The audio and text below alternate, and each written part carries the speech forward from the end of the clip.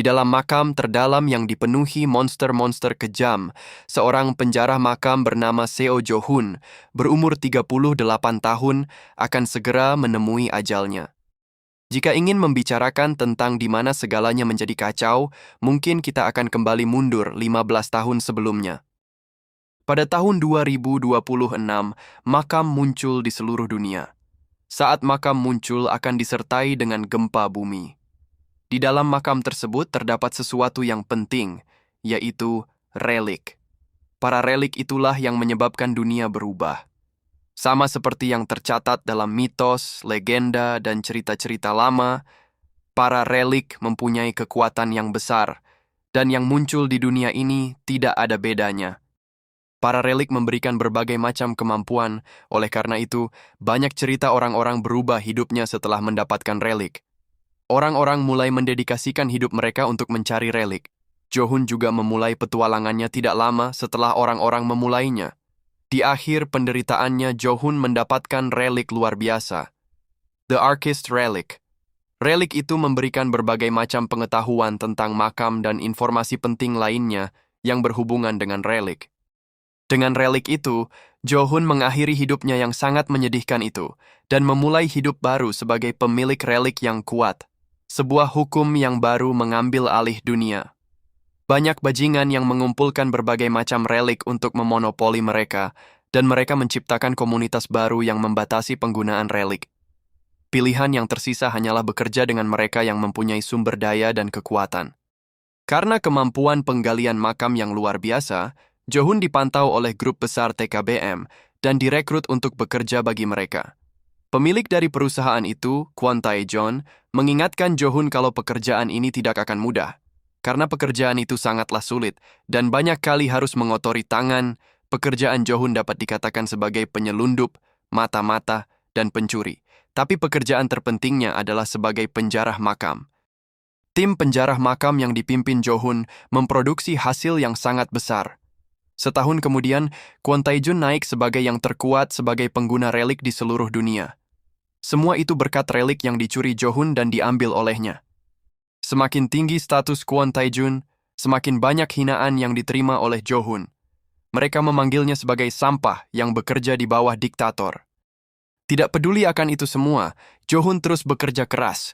Semua itu demi untuk bertahan hidup di dunia yang sudah mabuk dengan kekuatan relik.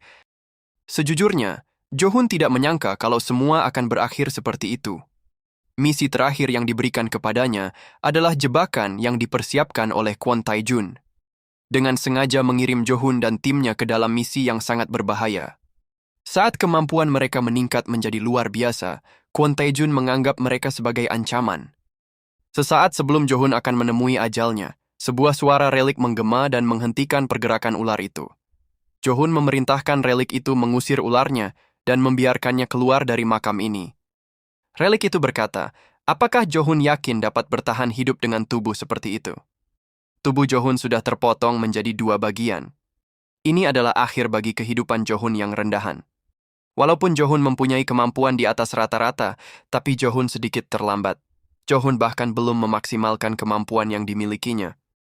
Tapi akan menjadi sia-sia melihat bakat seperti itu mati begitu saja. Ia akan memberikan Jo-hun satu kesempatan.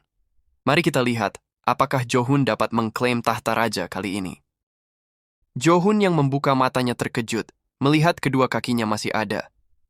Setelah melihat keadaan di sekitarnya, Jo-hun menyadari kalau dia berada di kantor polisi dan sudah balik ke tahun 2025. Saat melihat murid yang berjaket kuning, Jo-hun mengingat kejadian di mana murid itu mabuk dan mencari keributan dengannya.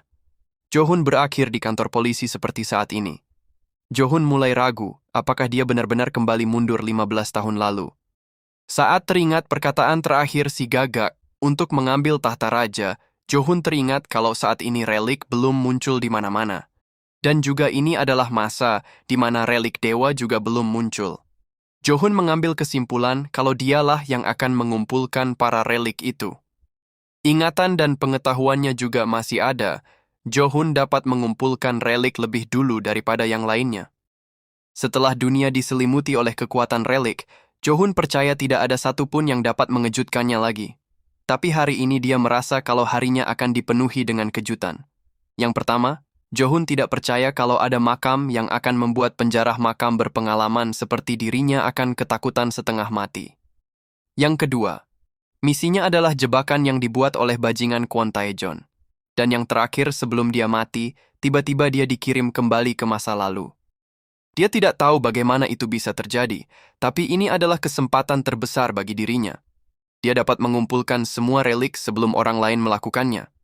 Sang ibu membela anaknya yang tidak mungkin bersalah dan mengancam akan memperpanjang masalah ini. Jika Ju-hon tidak membayar uang damai, Ju-hon akan dimasukkan ke dalam penjara. Walaupun sudah 15 tahun berlalu, Ju-hon masih dapat mengingat dengan jelas kejadian hari itu. Anak sekolah itu mencari masalah dengannya duluan. Anak itu tidak mau mundur, jadi Ju-hon berakhir sedikit keras kepadanya.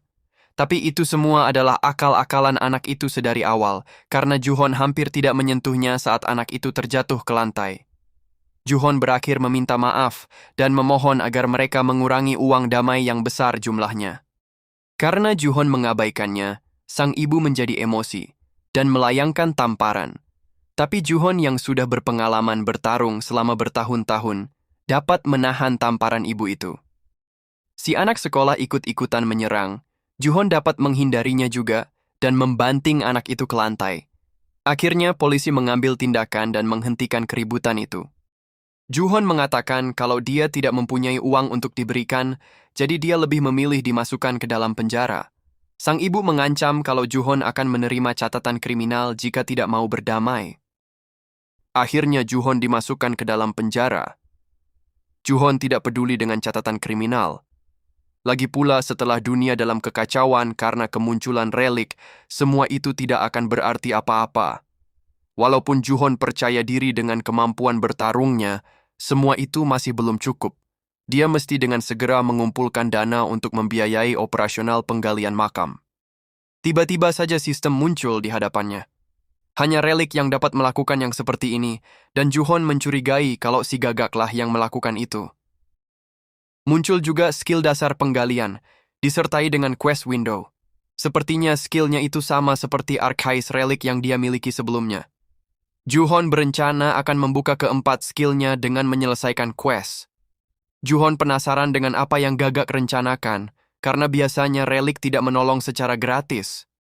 Tiba-tiba saja Geon-woo datang dan mengeluarkan Ju-hon dari penjara. Jeon-woo adalah seorang detektif dan kakak dari Ju-hon di panti asuhan. Ju-hon pun menanyakan apakah Jeon-woo mendengar ada aktivitas paranormal atau supernatural yang dilaporkan. Dengan melihat respon Jeon-woo, sepertinya belum ada penampakan dari pengguna relik. Dan bagi Ju-hon, ini adalah waktu yang tepat karena dia sudah memiliki skill yang dibutuhkan. Sekarang Ju-hon menghadapi masalah keuangan. Pada awal kemunculan relik, yang terbaik muncul di antara Eropa atau Amerika. Saat sedang berpikir, Ju-hon dipanggil oleh rekan kerjanya. Melihat mereka, Ju-hon merasa sudah menemukan sumber penyelesaian masalah keuangannya. Bajingan yang ada di hadapannya adalah Park Kyung-tae. Dia aslinya adalah preman kampung, tapi sekarang bekerja sebagai makelar barang antik. Bersama dengan kakak perempuannya, Park Kyung-jo, mereka menjalankan galeri barang seni. Mereka berdua bukan apa-apa selain pembuat masalah. Saat Ji-hun masih bersekolah, dia membutuhkan uang cepat dan berakhir bekerja dengan mereka. Ji-hun berencana bekerja sebentar dan pergi, tapi para bajingan itu tidak membiarkannya pergi. Membuat Ji-hun bekerja untuk mereka sampai pertengahan umur 20-an. Ji-hun bekerja sama seperti yang lainnya, tapi dia tidak pernah mendapatkan perlakuan baik seperti yang lainnya. Mereka terus memaksa Ji-hun bekerja dengan mengancam akan menahan gajinya dan memperlakukan Ji-hun layaknya seperti anjing. Ji-hun berkata, "Hei kalian sampah. Pergi dan beritahu bos kalian kalau ia sudah selesai bekerja dengannya. Dan juga sebelum kalian pergi, gaji miliknya yang tertahan dan uang kompensasi berikan kepada dirinya sekarang juga." Kyung-tae menganggap Ji-hun yang semakin tua semakin berlaga. Langsung menyerang Ji-hun, tapi Ji-hun dapat menghindar dan membalas serangan. Melihat Kyung-tae yang dihajar, mereka maju bersama-sama untuk mengeroyok Ji-hun. Tapi Ji-hun dengan pengalaman belasan tahun sebagai penjarah makam, kroco-kroco seperti mereka bukanlah masalah besar.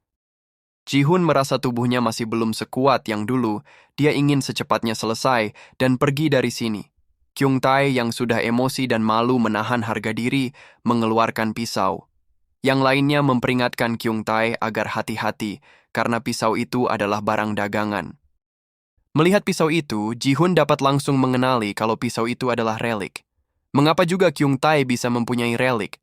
Kebanyakan relik akan menarik orang-orang untuk mendekat masuk ke dalam makam, tapi beberapa relik memilih untuk bersembunyi di antara manusia.